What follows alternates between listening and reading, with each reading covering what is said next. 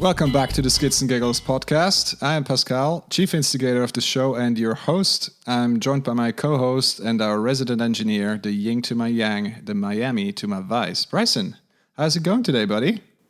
Hey, Pascal. I'm doing good. How are you? Oh, I'm very good, very good. I'm really looking forward to today's conversation. Today, we have one for the old guys, one for the retro kings, and one for the lovers of all things vintage, as we are joined by the man behind the new tire for old mountain bikes, Terrance Malone. Terrance, welcome to the Skits and Giggles podcast. How's it going today? Thanks very much. I'm doing great. It's a pleasure to be with you. Okay, wow, cool. Let's, before we get to our conversation, let's briefly do our spiel with the social and where you guys can find more information about the Skits and Giggles podcast. We are currently most active on Instagram, where you can skid right into our DMs and follow along at Skits and Giggles. And you can find our website with all the relevant links and info under the URL skitsandgiggles.com. Also, if you guys like what we're doing and want to know what's up, just give us a follow on Spotify, hit subscribe on Apple Podcasts or wherever else you listen to great podcasts. Finally, sharing episodes you enjoy on your socials or a heartfelt 5-star rating on your favorite platform goes a long way in helping us reach more people like you. Right on. Let's get back to Terrance. We started asking our guests a while back to lay out what kind of mountain bikers they are, just to set the stage a bit before we get into the main topics of the conversation. So why don't you tell us a little bit about yourself, how you got into mountain bikes, and what your riding looks like today? Sure. I grew up, born and grew up in Vermont in the United States. Kind of the small neighbor to New York on the other side, as maybe Switzerland is to Germany, or maybe Liechtenstein is to Switzerland. In any case, I spent 3 years living in Germany between ages of 10 and 12, and that's really when the bike bug bit me. I was away from my friends. I was a little bit more by myself than I normally would be. I brought a couple of Stingray type proto BMX bikes with me. And while I was there, I took them apart and put them together many times, reconfigured, found new parts. When my father went back to the United States for business trips, I begged him to go to bike shops and bring me back parts that were hard to find. And it's really where I was convinced of the worth of a great tire. Around the neighborhood, we had a big group of kids, and it was a neighborhood that was in construction. So there were plenty of dirt lots where we built jumps and such. So there was a big posse of BMX kids there. And one of them came up to me after my father had brought me back some nice Cycle Pro snake belly tires to put on my jalopy Stingray pseudo BMX bike. He came up to me and said, "Wow, those are really nice tires." And I said, "Thanks, I like the wheels too." And he corrected me and said, "No, just the tires." So the tires gave me a little bit of credibility, but not as much as I would have liked. So I can remember on the way back from Germany to move back to Vermont after the 3 years were up, I was on a train and I was sitting there making specification sheets for bicycles that didn't exist, making BMX bikes. If I take these parts and I put them together with these parts, and this would be the perfect bike. Well, it took a little while, but eventually after university and a couple years of bike bumming, trying to get a job in the bike business with an engineering degree, I finally got my foot in the door in the late 90s in Southern California with Diamondback bicycles. I started as an inside salesperson because I needed to get my foot in the door. Then I volunteered for everything possible inside that had anything to do with product development, hoping for a chance to transfer over. And then after a year and a lot of interesting extracurricular adventures, I did get a chance to become a junior product manager there. And that started the better part of more than 20 years of bicycle product development. I rode BMX bikes. In roughly 87, 88, I transitioned over to mountain bikes. And then a few years after that, I added road bikes to the equation, but the passion has always been there for mountain bikes.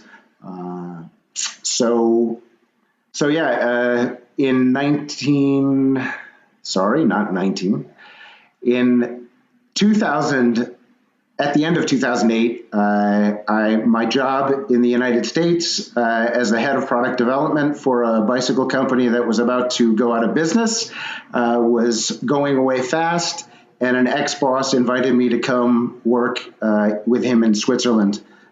So I moved to Grenken, Switzerland, and started working for BMC.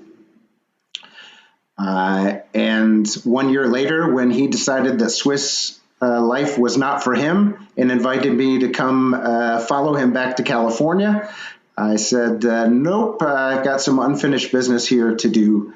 I'm not ready to go anywhere. So that was 11 years ago, and here I am, still here.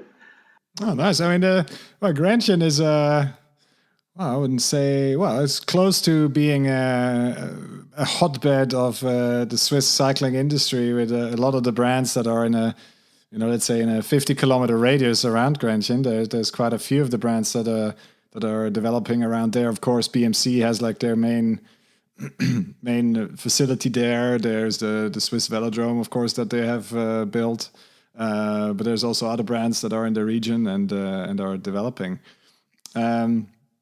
So what has your time been in Switzerland since then?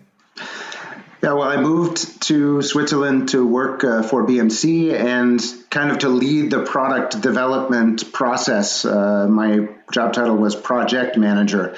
But at BMC in those days, the management structures tended to change every 18 months, whether you liked it or not. There was kind of a rotating door of CEOs.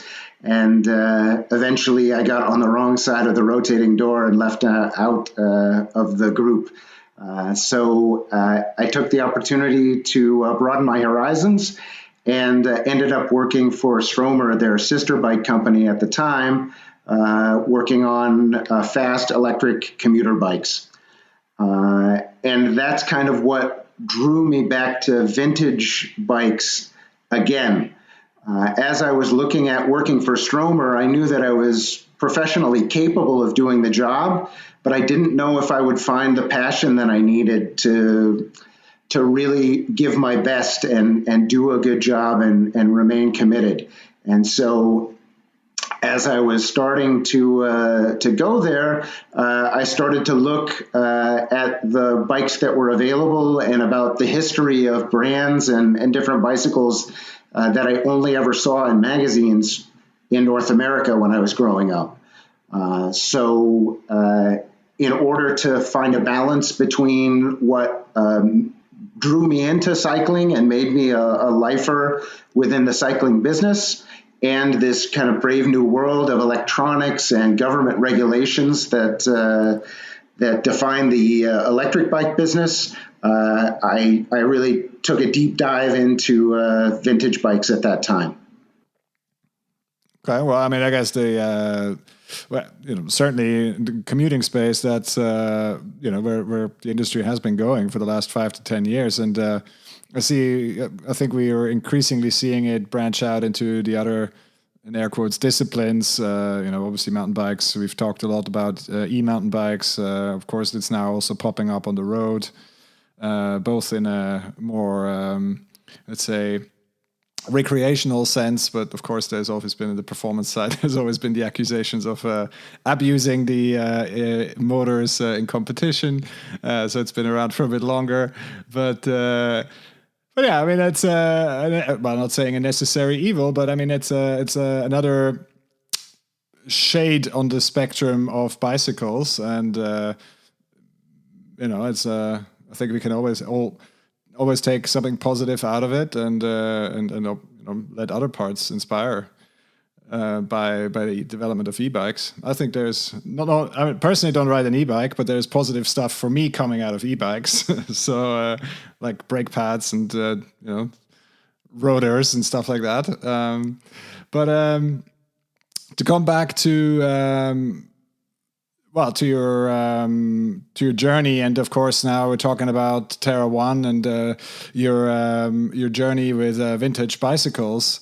So what was the real kind of the point where you decided, well, there's a real gap in the market. I need to make vintage looking tires.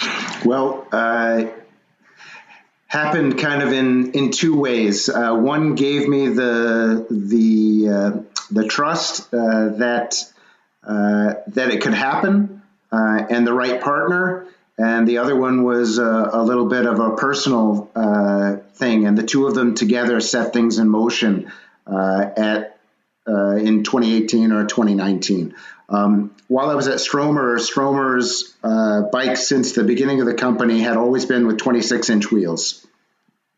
And they fought the good fight for 26 for quite a few years while the entire industry was transitioning over to 27.5 and 29. So while I was there, I was very strongly involved in making the first Stromers with big wheels. And the tires that were used on the Stromers with 26-inch wheels, for the most part, were underperforming and underwhelming and not really doing the job.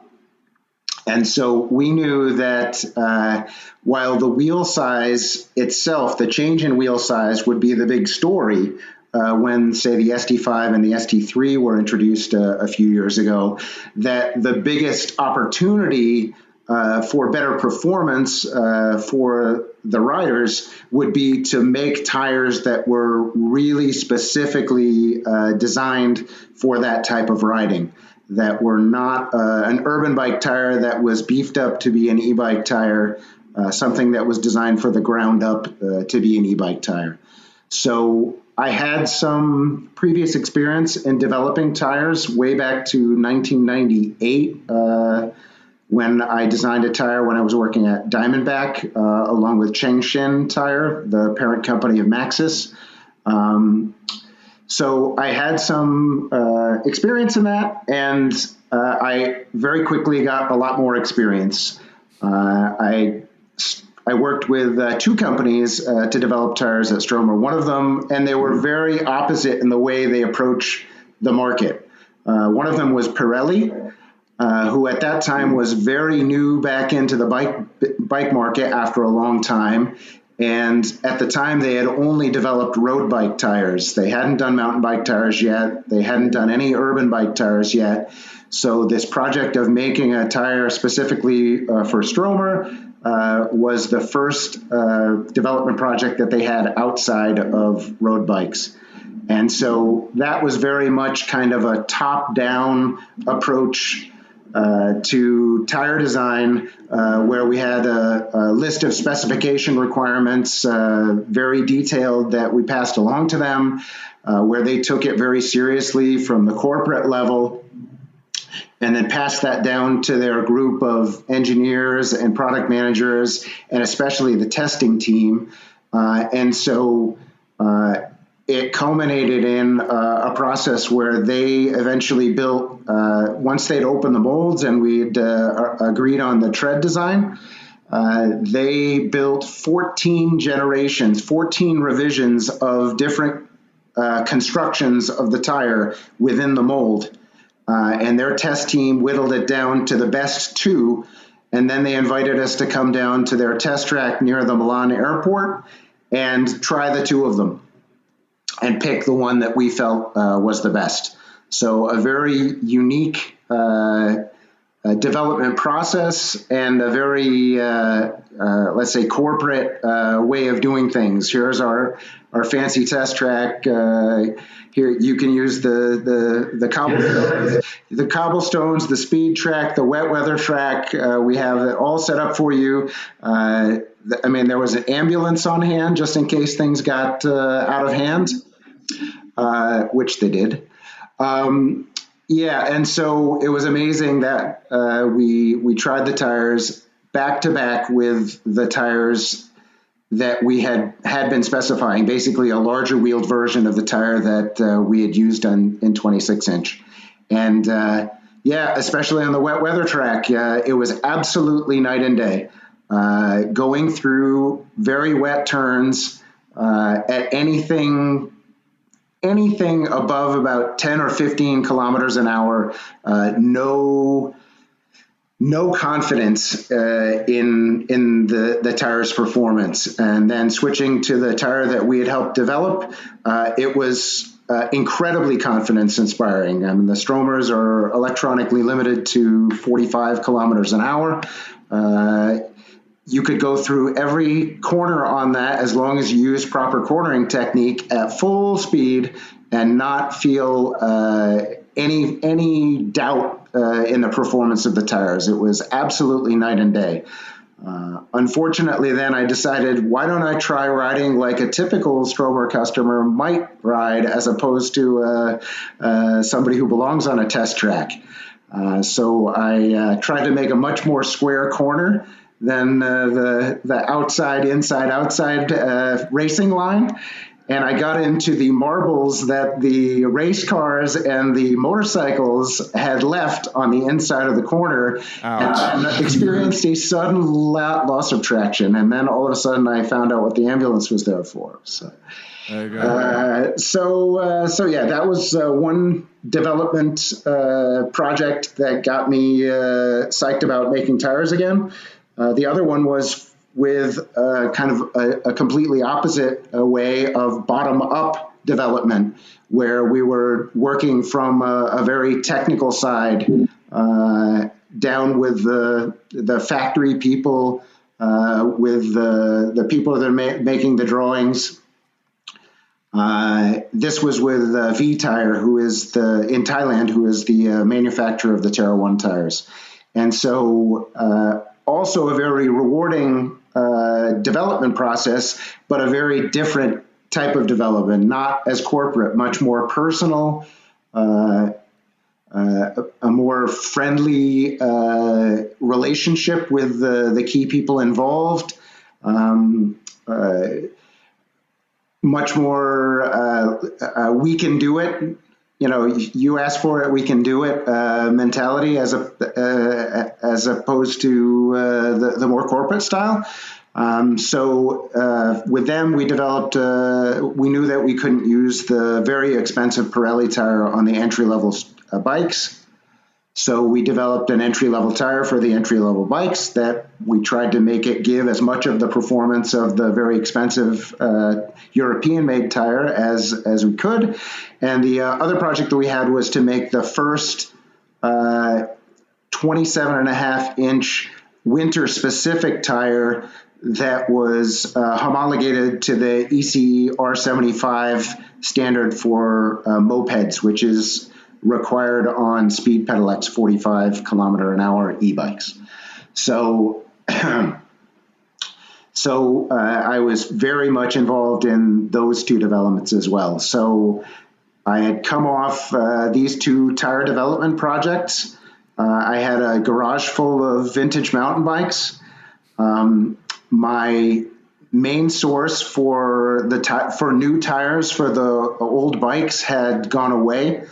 Unfortunately, Jeff Archer from First Flight Mountain Bikes in North Carolina had passed away in a traffic accident, and he had, along with Panaracer and Ritchie, had arranged to have them make new tires with old designs.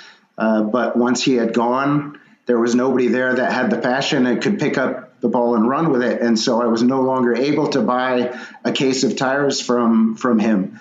And I'd given away so many of the case of tires that I'd bought from him in the first place that I really needed some tires. In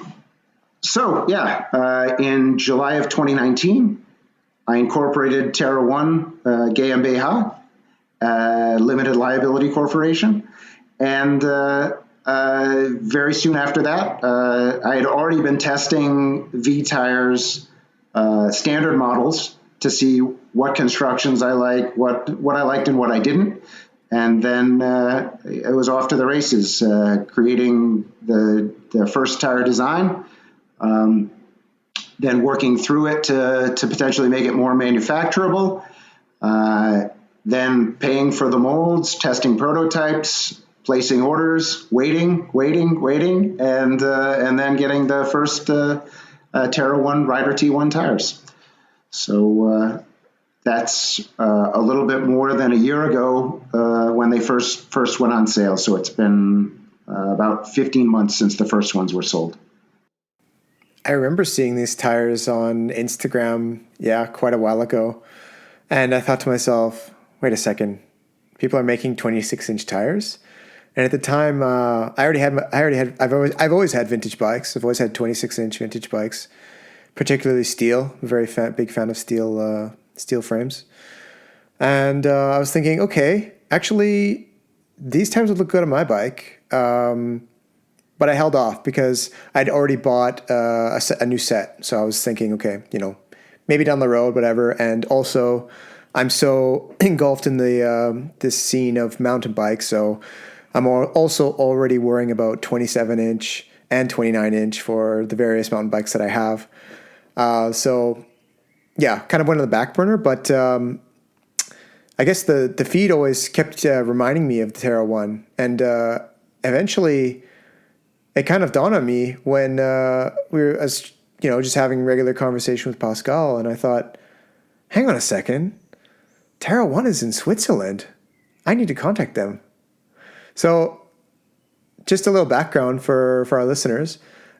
Straight off your product page on your website, it says, the Rider T1 is a new premium tire designed to achieve optimized fit, superior function, and period-appropriate style on vintage, retro, classic, cult, and old-school mountain bikes. The size is 26 by 2.125, which is metric 54,559. And the specifications are beige skin walls without printed logos, folding beads, 120 TPI casing, that's thread per inch, and black dual compound tread rubber. Now, since we first got in touch, I got my hands on a pair of these. I've mounted them up, and they're beautiful, to say the least. Now, first of all, I want to thank you for doing some 26-inch tires. They're super cool. I haven't managed to go for a ride yet, but I'm really looking forward to it. What's your inspiration for the tread design? Well, it has a lot to do, one, with the type of bikes that I had in my garage that needed the proper tires, and also the type of riding that I most often do here in Switzerland. I'm very thankful that as an American, being exposed to living in Switzerland has convinced me that the most important cycling accessory is not a car, that you are totally capable of making a ride out your front door that is fulfilling and adventurous. I'm still discovering new trails around the area where I live all the time. So at the time that I designed the Rider T1, I had no idea whether there would be a second tire, whether this would be successful, whether it would support itself. And so I figured if I was only ever going to design one tire under my own brand, I better make it one that I like a lot and that I would use a lot. And so what was missing in the marketplace was a tire that looked like the tires that were available from the beginning of mountain biking right up until about 1987. And these are tires that aren't race tires, they're not mud tires, they're not free ride tires, they're not downhill tires. At that point, they're mountain bike tires, and the only type of mountain bike tire was a mountain bike tire that needed to do everything pretty well. So that's the type of tire that I wanted to design. What was missing in the marketplace as far as 26-inch tires? Thankfully, we have quite a few 26-inch tires that are still being made. Panaracer alone makes quite a few. One the Smoke and Dart under their own name are still in current production. And they also make tires for a couple of other smaller brands, Simworks, Ultra Dynamico, and some others. So we're fortunate that there are a bunch of tires that kind of look correct on bikes from the 1990s. But when you put a tire that has front and rear specific tread patterns, that has a really square profile where the edge knobs are much taller than the center knobs, where they have printed graphics on the side that are large and bright colors that make the tire pop in an advertisement, in a magazine advertisement, or if it's on the retail floor of a bike shop. The tires from the early to mid 80s never had any of this. They had very clean sidewalls, and if there was a printed patch on the tire, it was very discreet and small. They had a round profile that meant that you could ride it on hard surfaces and still have confidence, as well as soft surfaces. They had large tread blocks with relatively simple shapes that either came from motocross or BMX tires. Basically, the first purpose-built mountain bike tires were just 26-inch versions of BMX tires. So that's what I set out to build. Something that would work well in all conditions, but not be extraordinarily good at any one of them, and then have a weakness in another area, and also something that looked proper and fit proper on old mountain bikes. Yeah, I would say they definitely fit and look proper. Like the size is bang on. It fits right into my cantilever brakes and between the stays on the back end. So I've no problems there. And actually, they give a really nice profile too. So enough glamorizing about them. They're really cool. Yeah. So you said you have a bunch of early mountain bikes, 26-inch wheels. Maybe you want to tell us a little bit about what kind of bikes you have and like maybe how you got them. Wow, where do I start? How long is this podcast again? We can go over let's go over the two with the best story maybe. So I guess I think as we started to discuss in a different chat, what gets me excited about diving into vintage mountain bikes here in Switzerland is not necessarily the bikes that I grew up with and the ones that I had back in the United States, but the ones that I only saw in magazines. If there was a World Cup and there was an article about a race or the World Championships, you'd see a rider, for instance, in the pink and yellow Lycra of the Chilo team, riding a bike that you'd never seen before and that looked like it came from outer space. Chilo is a Swiss company, the company that developed the suspension for their first full suspension bikes for the race team, is in Lamboing, Switzerland, which is no more than 20 kilometers from where I live. So all of a sudden I found myself in a perfect position to go and see firsthand and to meet people, and to really get into the history of the bikes that were designed and built here in Switzerland. So that's the most of my collection that I have here. It's not a bunch of American bikes. I think the Swiss collectors are much more enamored of American bikes because that's what was exotic to them. For me, exotic was a Chilo with ATZ suspension. So that's a lot of what you'll find in my garage is bikes from Europe and Switzerland in particular. My favorite brand, the one that if I grew up in Switzerland instead of Vermont and had a deep pocketbook or worked two jobs and spent more money on bikes than anything else, would have been Ferraroli, Sequels Ferraroli from La Chaux de Fonds in the Jura Mountains. They built in steel. They came from a road bike's side, but they really rode the wave of the mountain bike boom in the late 80s. In 1987, the first year where they printed a catalog, they had as many mountain bike models as Specialized or Cannondale in that year. And 1987 was also the first year of unofficial mountain bike world championships. And in the European World Championship, Ned Overend was first on a Schwinn, Joe Murray second on a Fisher, and the third place was a French rider on a Ferraroli. And I really feel bad about not remembering his name. Jacques Devy, I think. So at the time, a little Swiss brand that was best known for made-to-measure, hand-built, silver-brazed road bikes was among the top mountain bike companies in the world.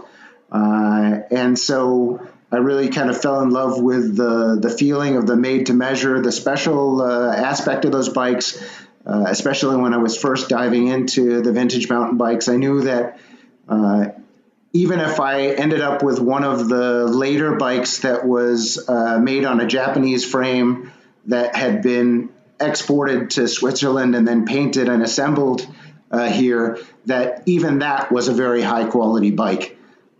So I have quite a few of those, ranging from road bikes, track bikes. My kids both have bikes that were made in Le Chaux de Fonds, and then a number of different mountain bikes from 1984 to 1997. So those are the ones that are that I'm most enamored of. I have a blog called Fascination Ferraroli, where I basically archive as much information as I can that I find as when I have time. To help other people understand, appreciate those bikes. I like to say that the Ferraroli bikes are underappreciated and fully depreciated, which makes it very nice to go collect them. If you have to go find a Ritchie or a Yeti in Switzerland that cost as much as one of those bikes, you're going to pay a very large premium, but you can have quite a few hand-built Ferraroli bikes for a relatively low cost if you know where you're looking for. So, oh, absolutely. I mean, a lot of these bikes you just mentioned, right? So especially the Chilo, the neon yellow and pink one. There was obviously the top end model back in the day, but they obviously used the same paint job for a number of their models. And later on in the 90s and early 2000s, a lot of people would just completely neglect those bikes and wouldn't even know, the history or the heritage of those bikes, and would use them as pub bikes or train station bikes or whatever. And but yeah, I mean, there's still quite a few kicking about, and I think we can always, with a bit of luck, you can always find one. Definitely, you've been contributing to the vintage retro and how should I say it? Vintage retro and classic mountain bike scene on more than one occasion, or what I'm trying to say here, in more than one way. You also let me know about a cool stash spot that we have local here in Bern, and one of the things I like to do when I visit a city or just I'm traveling is I like to go into different bike shops and see what they have. And I've always been into like digging through the old old parts bins and stuff. And I always or I go to like the secondhand shops, and it's always been kind of a little bit of a thing for me when they let me like go into the old parts bins and I get to like put together my own derailleur or something. So I've done that a couple times on my old mountain bikes that I used to ride. But you mentioned one of the great things for you is that you get to meet people also. So maybe you want to say something a little bit about the vintage or retro mountain bike community in Switzerland, or where else you've encountered it? Sure. Yeah, it's amazing the camaraderie that can be built even just through the internet between like-minded individuals. And, eventually you're going to have people with passionate opinions that clash with each other. But in the end, especially if you can get together with people, go on a ride, share a meal or a beverage together, it really can go a super long way in making friendships that last a long time. And I'm thankful that, as an American expat living in Switzerland, that I have made quite a few Swiss friends through the hobby. But also all over the place. When my family goes on vacation, or when my family went on vacation a year or two ago, it's amazing to visit friends that I've made through the internet along the way, bring them some parts or bikes, pick something up from them, introduce my family to their family, and almost without exception, my wife will say, these are really great people. Whether or not they were into cycling or not, we'd still want to be friends with them. So with Germany, where I've met a bunch of my colleagues, with France, where I went to an event called Le Rondold School, and met a bunch of the French community. In the UK, I've been there as well, and this was all before the tires existed. Met a bunch of people that I already considered friends, but really now are very true friends. It's amazing. Community is such a big thing, and for me, it's very important for me to give back to the community. Bryson, like you said, if you are lucky enough to find a stash, an old shop that's got old stock of the old parts and think of them as just junk that's worthless, if you find a derailleur or a handlebar or a stem that's new but 30 years old and has been sitting in a basement, it still has the same performance that it did back then. It might not have the performance of a modern part, but at least it hasn't deteriorated at all. Unfortunately, tires are the one thing where if you find a set of tires that's been sitting in a basement for 30 years, you have no guarantee at all that there's any performance, safety at all in them. And so this was a big inspiration for me to make tires in the first place, because even if you can find old ones, they're good for a show, but they may not be very good to go.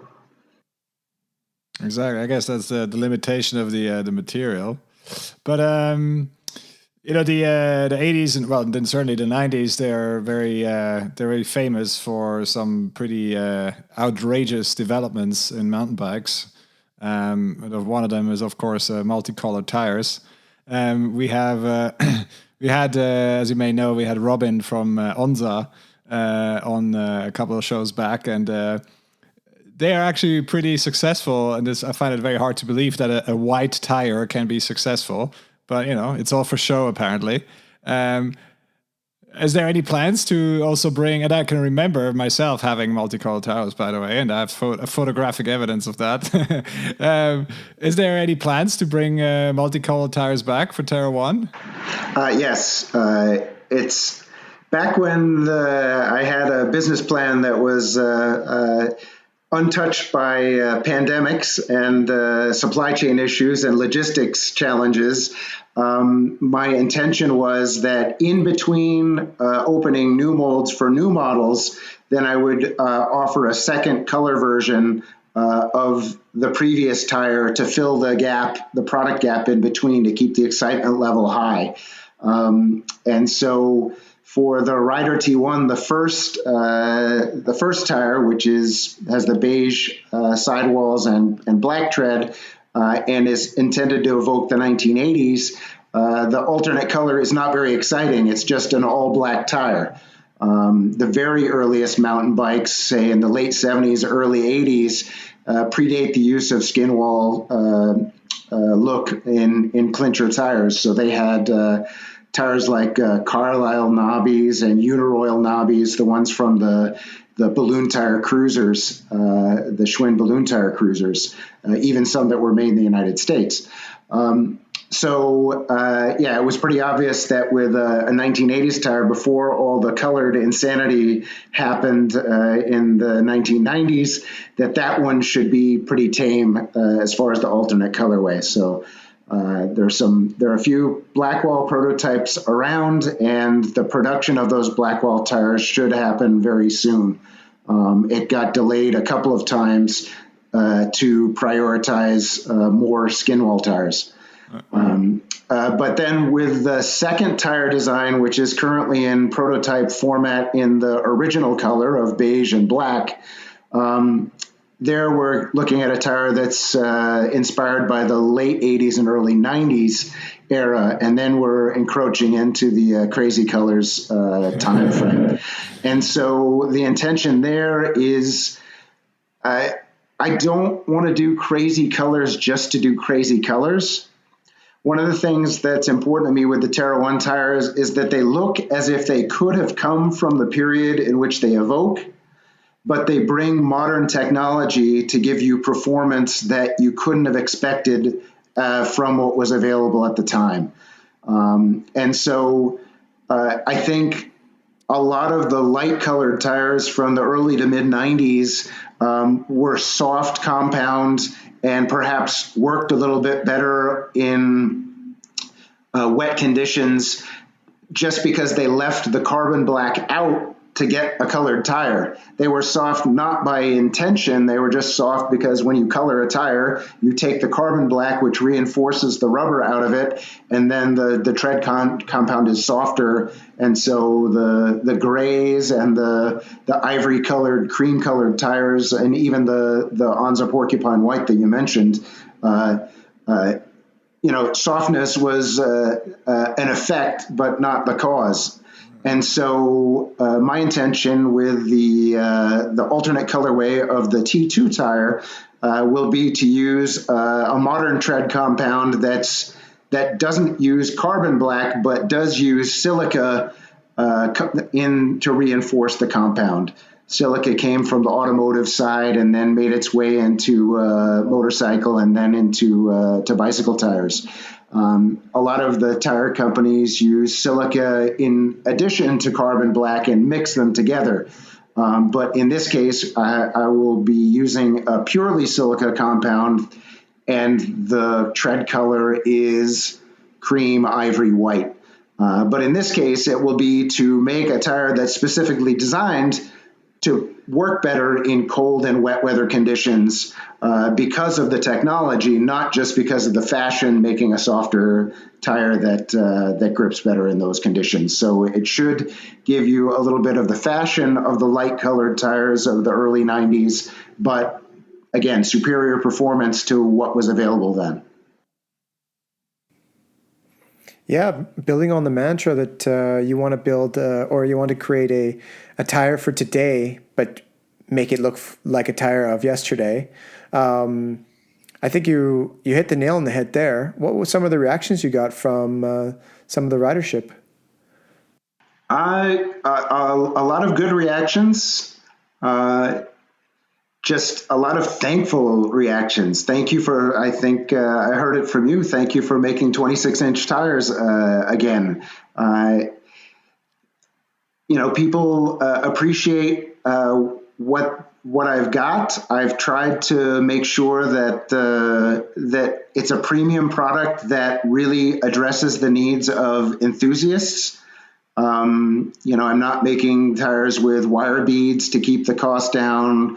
There's dual compound tread rubber, a very high-end and supple casing, and even to the point where I polled a lot of my friends and colleagues within the community. If this is intended to be a tire for daily riding, do we want a puncture protection layer underneath the tread? Or do we want reinforcing rubber inserts in the sidewalls to help prevent against pinch flats? Modern technology that really wasn't available back then. But if you're buying this tire to ride every day and be very confident that you're not going to have problems, would really be a help. And the feedback was very, very decidedly, no, we want the highest performing tire that we can get. Keep it as light as it can be, keep it as supple as it can be, especially for bikes that don't have any suspension in the first place, where the tires are effectively the only suspension or the major suspension. So yeah, the feedback has been positive and helpful in making decisions like that.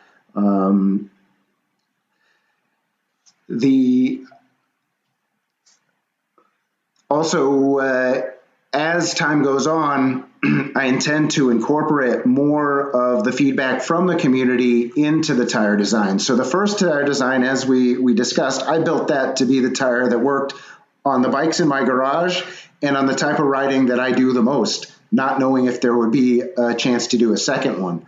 On the T2 tire that I'm testing now, this was designed basically as my attempt to give the community the tire that they wanted the most.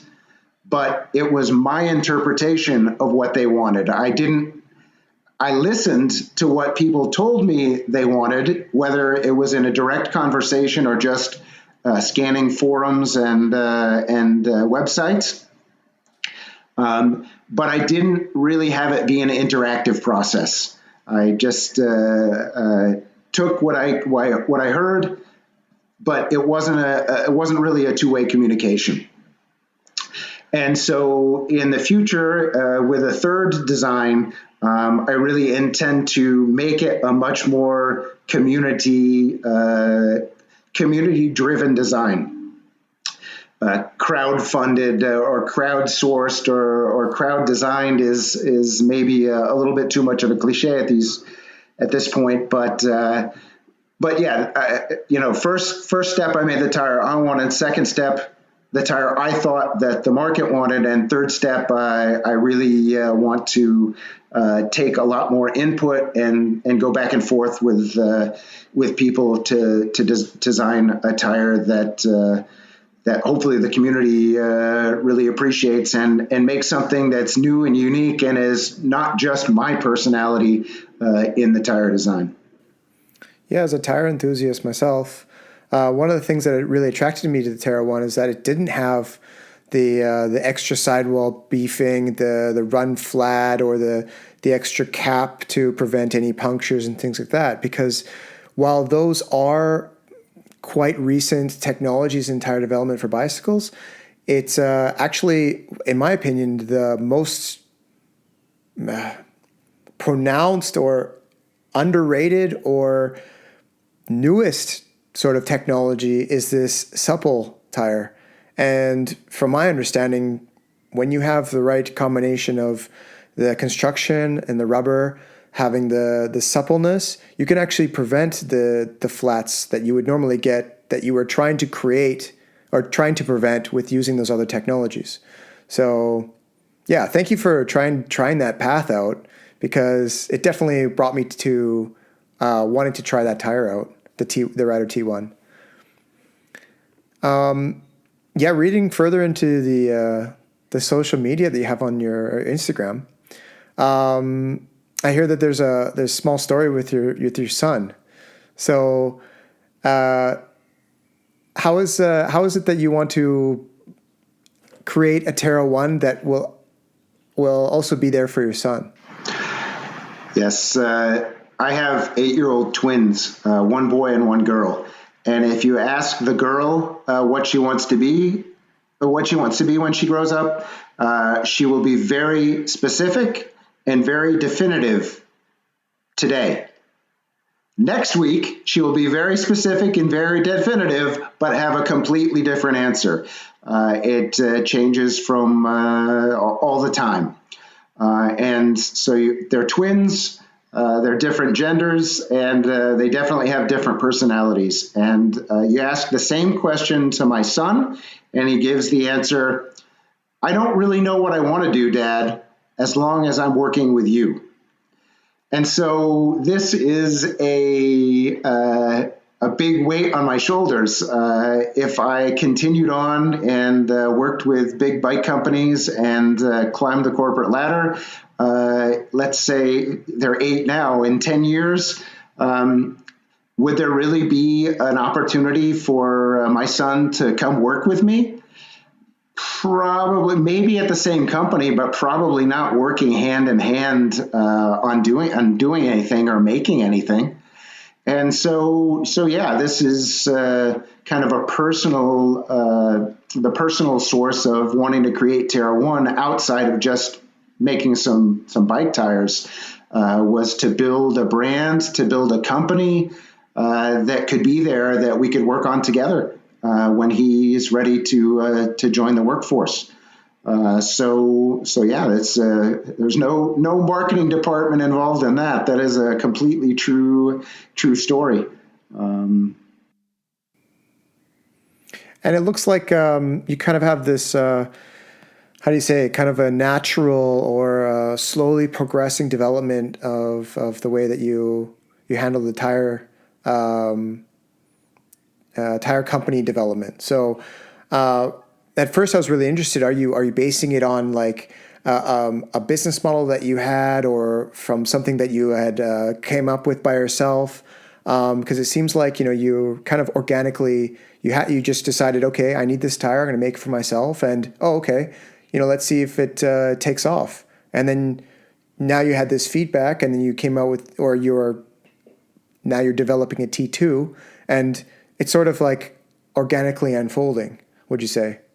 Well, yeah, I think you said it best, that it's slowly developing with the pandemic and all the challenges inherent to it. Things are developing much more slowly than I expected. But I think in a few years, in hindsight, I think it will be a blessing and not a curse.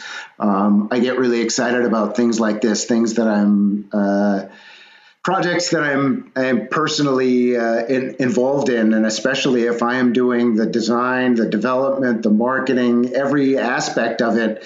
I'm pouring my own personality, my heart and soul into the project. It would be very easy to overreach and say, I want to get this out to as many people as possible. I want to sign up 5 distributors in each country. I want to do this. I want to do that. Thankfully, this unique set of circumstances has kind of put the brakes on it, on the what's possible, and made me focus on what's really important and growing in a very responsible way, and not going too fast, too far, too quickly, let's say. And so, yeah, originally I intended to be selling the original Rider T1 and the Blackwall Rider T1, and be selling the T2 tire by this time.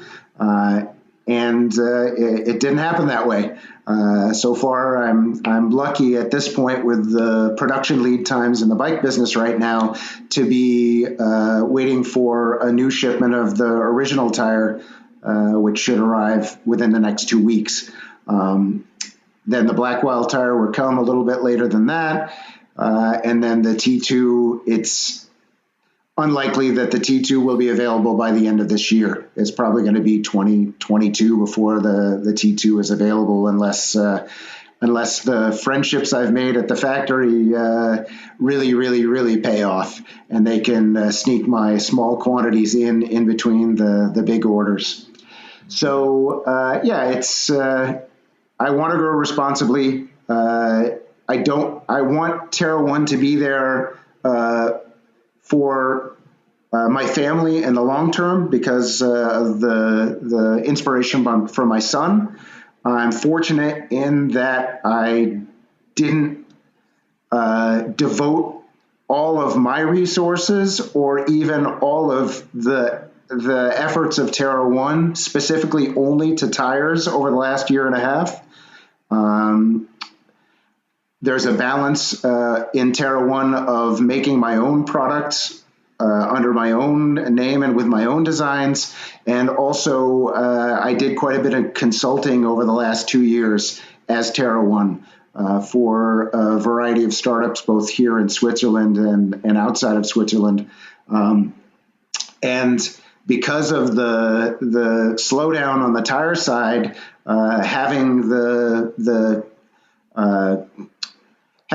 consulting work really helped to keep Terra One, the tires, and Terra One's family, my family, afloat during these difficult times. I didn't want to overcommit in any way that would jeopardize what Terra One could be in the future and what it should be to the vintage mountain biking community. Okay. One question obviously comes to mind. Of course, there's a number of items from the vintage scene, or from the Wayback Machine, that have since disappeared in the mountain bikes of today. Are there any plans to bring other things from Wayback back with Terra One? So other products like bar ends or funky bullhorn bars, or is it specifically only tires? No. Who's to say what could be possible? Again, I'd like to be flexible enough, both personally and as a small corporation, to make what people want. But I think in the short term, what I'm really interested in is something that reminds me of topics that you've had on your podcast, is more responsible manufacturing. The Terra One tires of today would not exist without the help of V-Rubber in Thailand. I picked them because of the experience that we had together in developing tires for other companies. I picked them because they're a highly vertically integrated company. They're part of a group that owns the rubber trees in the plantation, and that rubber goes to the tire factory, becomes tires, and becomes the finished product. They can also make their own molds inside the factory. They don't have to sub that work out to a machine shop. It's because of their flexibility and because of their efficiency as a highly vertically integrated company that made it possible for them to take a small order for a completely custom tire for a niche market that the rest of the bike industry says is dead. Otherwise, there wouldn't be a Terra One. But on the other side, I feel the trends, and I feel an affinity for products that are made closer to where they're used and where I live. I have a project going with a manufacturer in France to make grips, another rubber product. So kind of a natural offshoot of tires, and another thing that doesn't age very well and wears out quickly, especially if you find old 30-year-old grips and then use them. Even if they're perfect now, they probably won't age very well. So another related product, which can be made much closer to home. The tooling and the machinery you need to make a pair of grips is much more simple than a tire, where you have a fabric casing, you have a Kevlar bead, you have the tread rubber, you have many steps. It's pretty easy to make a grip. It's pretty easy to make a grip. It's not easy to make a really good one. So that's the next product that I see on the horizon for Terra One. So in development now, and don't know when it will be available. Needs to be prototyped and tested. The design is finished, and I'm waiting for something to try. Nice. Well, I guess that's the upside of all that pandemic delay, is that there's obviously problems because everything takes so long. But on the other hand, it also gives everyone a chance to slow down a little bit and reconsider their actions and think through stuff a little bit more. Maybe one final question from my side is, yes, we're glamorizing the past and the history of the sport, and I obviously have very, very good memories of the past, but not everything was great. In fact, actually, a lot of things were not great at all. So I'm just wondering if you also take inspiration from today's mountain biking and the developments and technologies that we have today. Do you take them back to your products and your tires? I mean, yes, we've talked about having improved puncture protection and different carcasses and stuff like that, but also in terms of tire design, because of course today stuff has moved on a little bit. Well, yeah, it's a mixed bag. There are some elements that I do want to apply, rubber technology and the construction of the tire. I think it's important to make a modern tire that can outperform what was available back then. But as Bryson said, a lot of the new technology is maybe not appropriate for the spirit of the older bikes.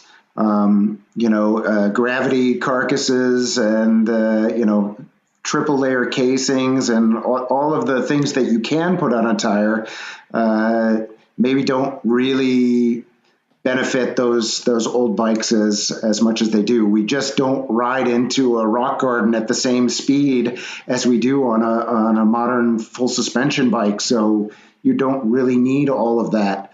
When your tire has, the tread blocks are so thick, then do we really need a puncture protection layer underneath that?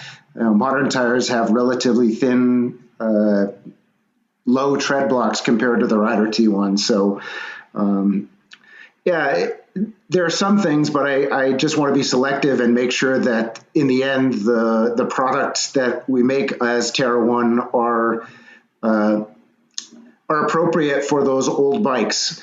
There is a little bit of a comeback of 26-inch wheel size in the bike packing segment and adventure segment. And one thing that is a very commonly asked question on my website or on socials is the Rider T1 tubeless ready? Can it be used as a tubeless tire? And I specifically made that tire so that it wasn't tubeless ready or it wasn't tubeless compatible. I've had experiences with modern tires on vintage rims, a tubeless ready or tubeless compatible tire that because of the tighter tolerances that are necessary to make a tubeless system seal up were almost impossible to get on and off the rim. And so do I have anything against tubeless technology? Absolutely not. I think it's wonderful. I love it on modern bikes. Would I be willing to make a tubeless version of a Terra 1 tire eventually? Yes, if there was an appropriate rim that matched up with it. You could really make a 90s mountain bike a lot more capable if you had a tubeless rim and a tubeless tire that went with it. The less suspension you have, the more that's going to be a benefit. But maybe that's another segment that I will eventually have to get into. If you want to optimize performance on your vintage bike, you need a tubeless tire and a tubeless rim that looks and performs well on the older bikes. But it's very unlikely that we're going to see that from a major manufacturer because there's no OEM original equipment specification of 26-inch rim brake rims. There's no business out there to chase after in high quantities. So we'll see. We'll see. Maybe Mavic has some leftover 26-inch UST rims from way back. Actually, I have a pair. Nice. Anyway, final one for me. What is your favorite tire today? Other than the ones that I'm making? Of course. Modern tire. Contemporary tire. Road or mountain? Yeah, well, I kind of fall in the middle. What can I say? I live here on the south face of the Jura Mountains, and the type of riding that's available out my door is basically ride the fire roads, zigzag up the hill, and then take fall line trails that go immediately down the hill, and up until very recently, when I started riding more modern bikes more often again, I didn't really like that very much. I really like on old bikes flow. And when you're at the foot of the short, steep Jura Mountains, trails with real flow are hard to come by. I treasure them and I session them because it's hard to get more than 10 or 15 minutes of flow on any given trail. And so, where was I going with that? Up until I started riding some more modern mountain bikes with bigger wheels where the bottom bracket height sits below the level of the wheel axles, I really didn't like the trail enduro bikes that existed with 26-inch wheels. I mean, it may sound ironic because I'm making 26-inch tires for old bikes, but in that transitional phase where the bike categories started to become more specialized. Oh, I said that word. Please remind me never to say that. Get the lawyers out. User specific, let's say. Those bikes, I didn't like the way they rode at all. I felt like I was perched way on top of it. I had you naturally with the 26-inch wheels, the bottom bracket is higher relative to the axles. And so you already have a feeling of being perched on top of the bike instead of sitting inside it with a modern bike. And then you add, 140, 150, 160 millimeters of travel, and I didn't feel comfortable on them at all. And so only with more modern bikes with big wheels have I really gotten a feel for that type of riding and really started to enjoy it. And so the tires that I've been riding most recently on mountain bikes have been Maxxis tires with a really, really grippy tread compound.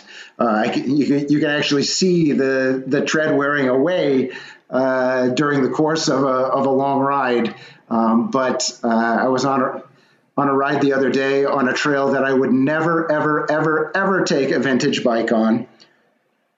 And I was very, very happy to have that super grippy rubber and the strong casing of a modern gravity or trail tire.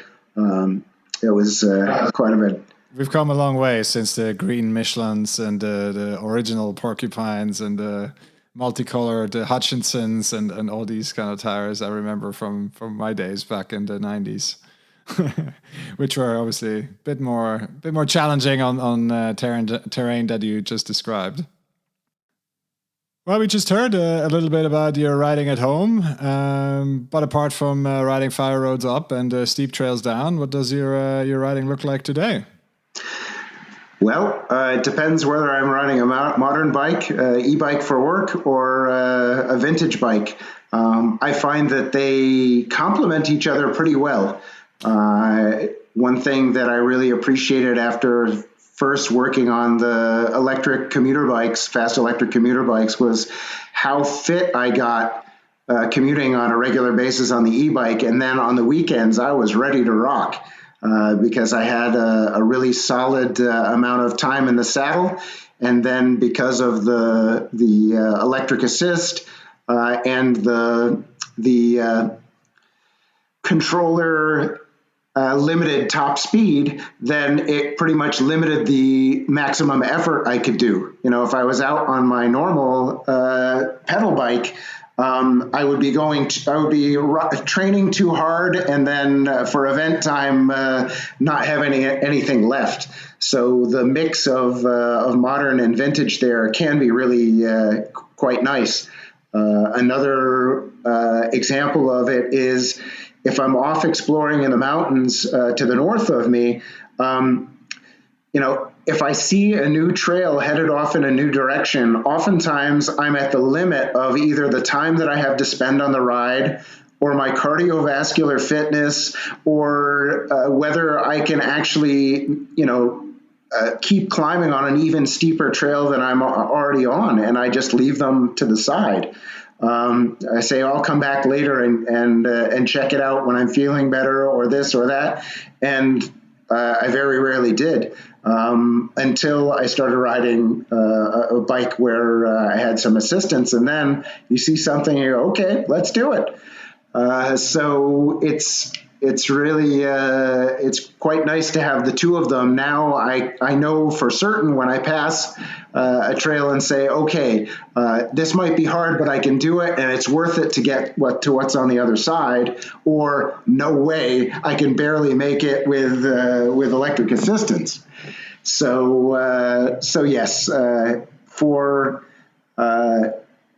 for these days, my time on the vintage bikes is usually riding things that I'm very familiar with, the old favorites, and waiting to discover new ones on the modern bike. I really love exploring on the bike and discovering new trails, new places, finding new friends, making new friends, but these days, the exploring is coming more on the modern bike, and then the fun is happening.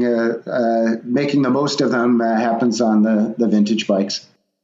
Okay, what is your most recent discovery in terms of the new trails that you found? That you've been most impressed with? Oh wow! One of them was a trail. Where I pedaled up to somewhere where I'm quite familiar with, but had only ever come down one way before. So I pointed my way a little bit further from home, and then followed a trail sign, which to me didn't make much sense. That the destinations they were pointed to seemed to be switched, and I didn't understand what happened. And to me, that was like a challenge. Why doesn't this work? I need to know why this sign is pointing me in the direction that's the opposite of where I expected that it would. And thankfully I was on a bike with big travel and very grippy tires, because I should have known as I was climbing over the cow gate over the stone fence. A lot of times those gates, the metal part goes over the stone fence. So you just have to kind of skitter across the steel gate, and then you're over the thing. But in this case, this steel gate basically ended right where the fence began. So I had to get the bike over the steel gate and then get it over the stone fence. And I'm like, this is very strange. Why is this happening? Then a hiker coming the other way gave me a kind of a funny look. And I said, wow. Has she never seen a bike on this trail before? Well, perhaps not, because this trail ended up being a traverse across the side of a very steep face where it was, there were no switchbacks. This was just one long traverse where there were just a couple of S-bends to go around trees and rocks and such. And it was quite wet at that time. And so it was quite sloppy, and there was quite a bit of steering with the rear wheel as opposed to the front wheel, skids. And then in the middle of it, there was a rock slide that had taken out, any of the trees. So we went from trees and wet soil to a rock garden immediately. And and so we cleared through that, and I only went down once, and I went down to the right-hand side, which was good. because if I'd gone down to the left-hand side, I would have gone down and down and down and down. And since it was a place that had no phone reception, and my wife, I'd never been before on the bike, my wife would never think to go look for me there. So thankfully, I made it out of that one alive. And so a lot of the exploring is good to find new trails that are appropriate for the vintage bikes, but I'm glad I could check that one off the list as completely inappropriate for vintage bikes. All right. Well, today we have a little something special for the closeout because we are getting towards the end of our time today. And Terrance, he had a great idea, and maybe you can explain a little bit what is the idea and what are we doing today? Sure. Well, I've grown to really appreciate your podcast as a very authentic and natural podcast where the content and the direction and even the guests are very much coming from the heart of the hosts. And it reminds me very much of a podcast from Vermont, where I grew up. And they're also a two-man team, and they also have a group of 3 closing questions that they use very often. The name of the podcast is Uncommon Deeds, and it's a podcast that deals with motorsport and not cycling. So I've taken their closing questions, and I'd like to turn the tables or flip the script and ask you two, Pascal and Bryson, some of their closing questions, their quick hitter questions, so that the listeners of the Skids and Giggles podcast can get a better feeling about where you're coming from and your history beyond Kona Stinkies. Oh, yeah, let's do it. Okay, so let's go to Pascal first. What is the one bicycle that you've owned that you most regret not having today?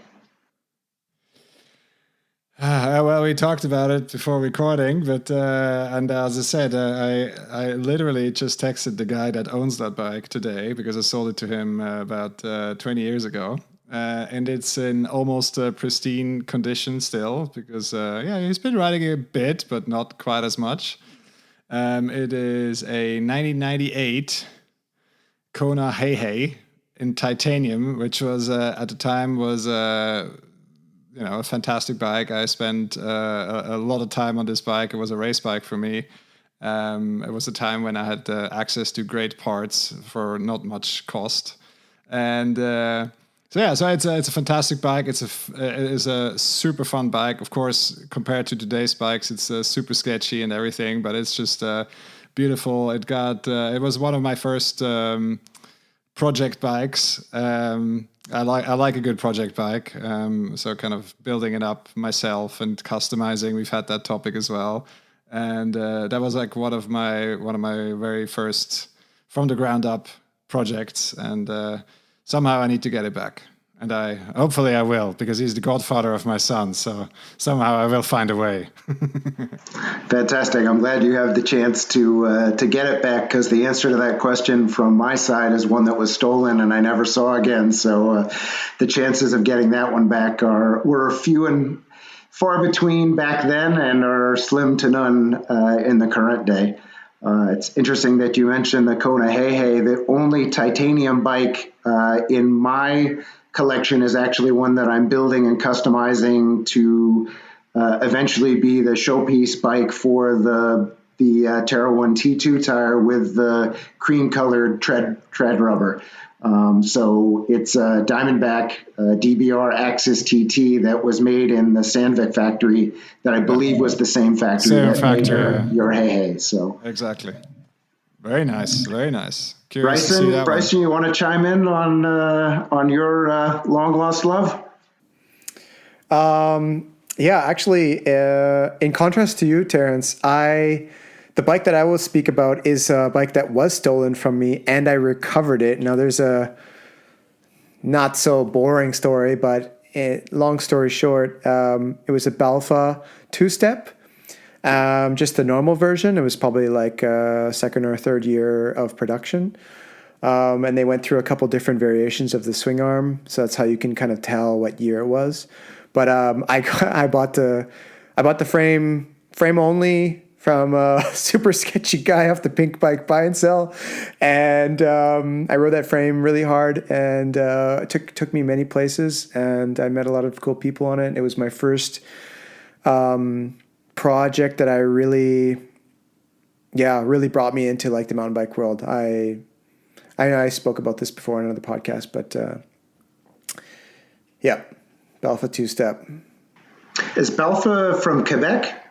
That's Canada? true. Yes, it is. Yeah. So if I had lived another 30 minutes north when I was growing up, I might have been working there and speaking a lot better French than I do today. All right, Bryson, thanks for that look into the past. Let me ask you the second closing question from the Uncommon Deeds podcast. What is the dumbest thing you've ever done on a bicycle? That has Bryson written all over it. Yeah, it's pretty much anytime I go out on a bicycle, it turns out to be one of the dumbest things I've ever done. I like to get in a lot of mishaps, whether they are by my own doing or not. And the best part is when I'm like grease everywhere, completely a sweat ball, I don't know, like kind of going crazy. And I look up at whoever volunteered to go on this kamikaze mission with me, and I say to them, "Welcome to a Bryson ride." Fantastic. Pascal, you want a piece of that, or is discretion the better part of valor? Well, I mean, there's plenty of dumb stories. So there many of them involve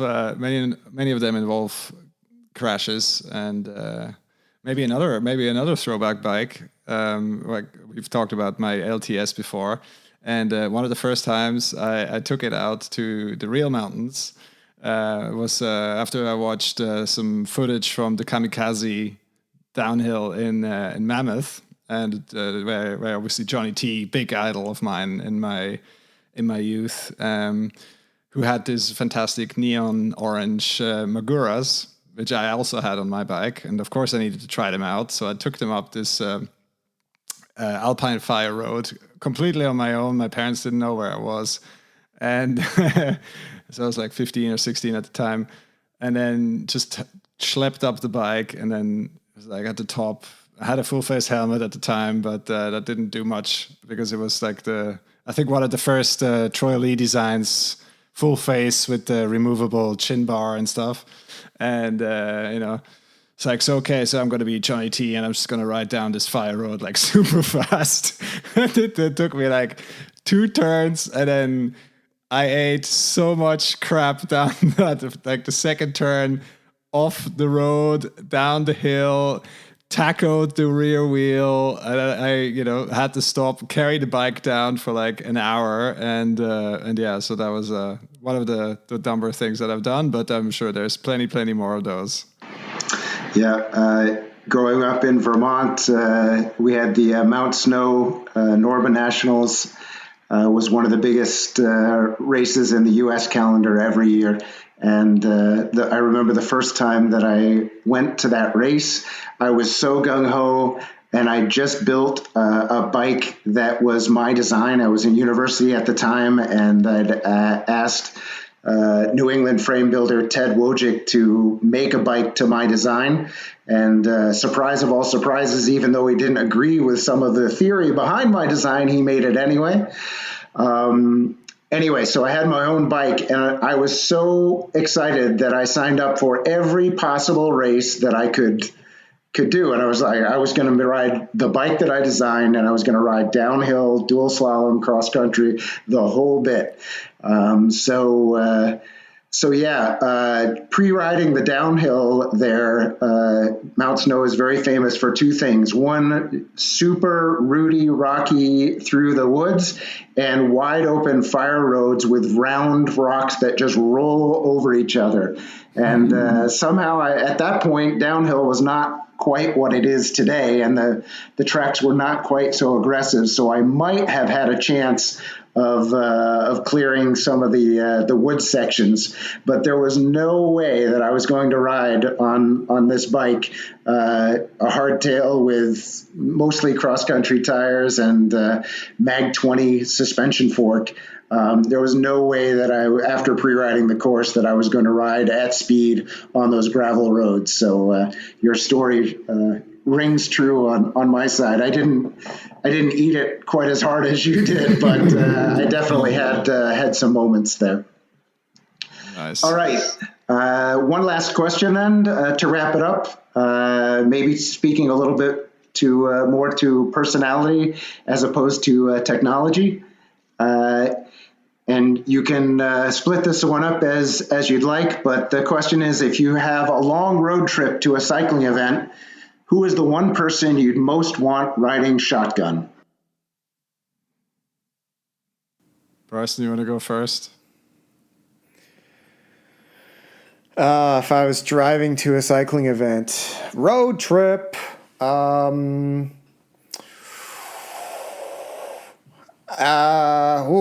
this has got to be a multi-talented person. I need someone who's going to be a good DJ.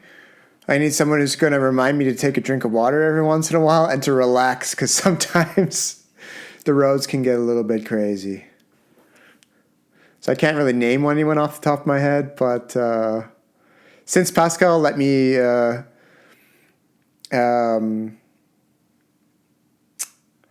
shotgun in the Lambo. Yes. Since Pascal let me swamp for him quite a few times, he can ride shotgun with me. Oh, that's nice.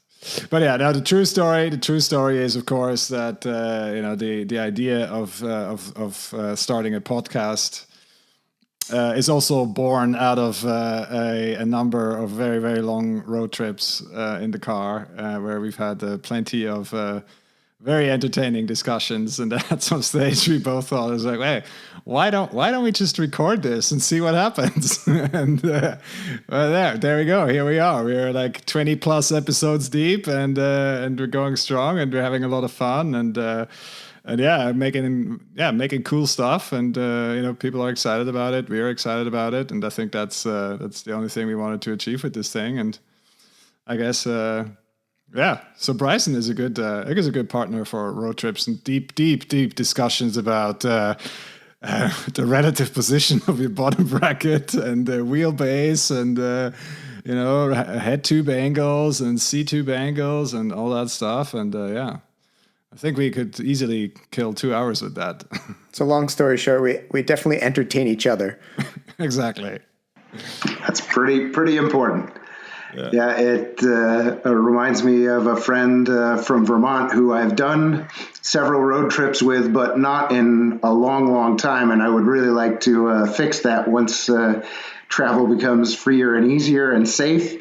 You noticed that I didn't chime in with my answer about what the stupidest thing I've ever done on a bicycle was, but he was definitely there for that ride.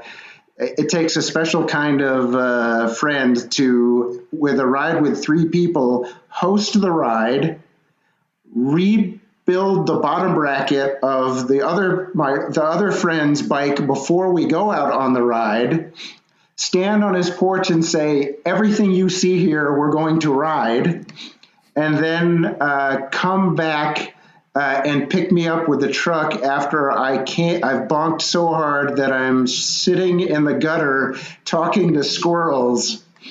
So Ian Buchanan, if you're listening to this, we need to go road tripping again very soon. There you go. Well, and the US is great for road trips, right? Because you can drive for like 4,000 kilometers nonstop. Oh, we've done the United States, quite a bit of the United States together, so I think it's time for European vacation. Oh, nice. All right, well, we can't not close out the Skids and Giggles podcast without asking the pièce de résistance, the real deep one, the one that we are all waiting for, and really what this show is all about. So can you please tell us what makes a great skid? Well, one that you walk away from for sure. To bring it back, as a maker of tires, modern tires for vintage bikes, the perfect skid has got to be the one that you have after a great ride, hopefully with friends, located just in front of your garage or the vehicle that brought you to the trailhead, in which your original 30-year-old tires very gracefully fail completely as you climb off the bike. And you and your bike are left intact, and you're ready to mount a pair of Terra 1 tires for your next adventure. Oh, fantastic. What a marketing pitch. Love it. We should make a soundbite for you for your socials. I worked hard on that one. Nice. Well, Terrance, thanks again for your time and for sitting down with us. This is really, really cool. And we'll hope you had also some fun. If listeners have any questions or want to learn more about Terra 1, you and what you're up to, where can they find you? You can find it on the website, rideterra1.com, on socials, Instagram, Twitter, and Facebook at rideterra1. And you'll find plenty of ways to contact me if you check those out. Sweet. Please. Very nice. Take a look and see what I'm up to. Absolutely. We'll put all of the info and all the stuff we talked about, the tidbits, the infos, and all that sort of stuff. We put that in the show notes as well. And with that, close it out. Thank you very much for your time again, and talk to you soon. Adios. Thank you. Look forward to it.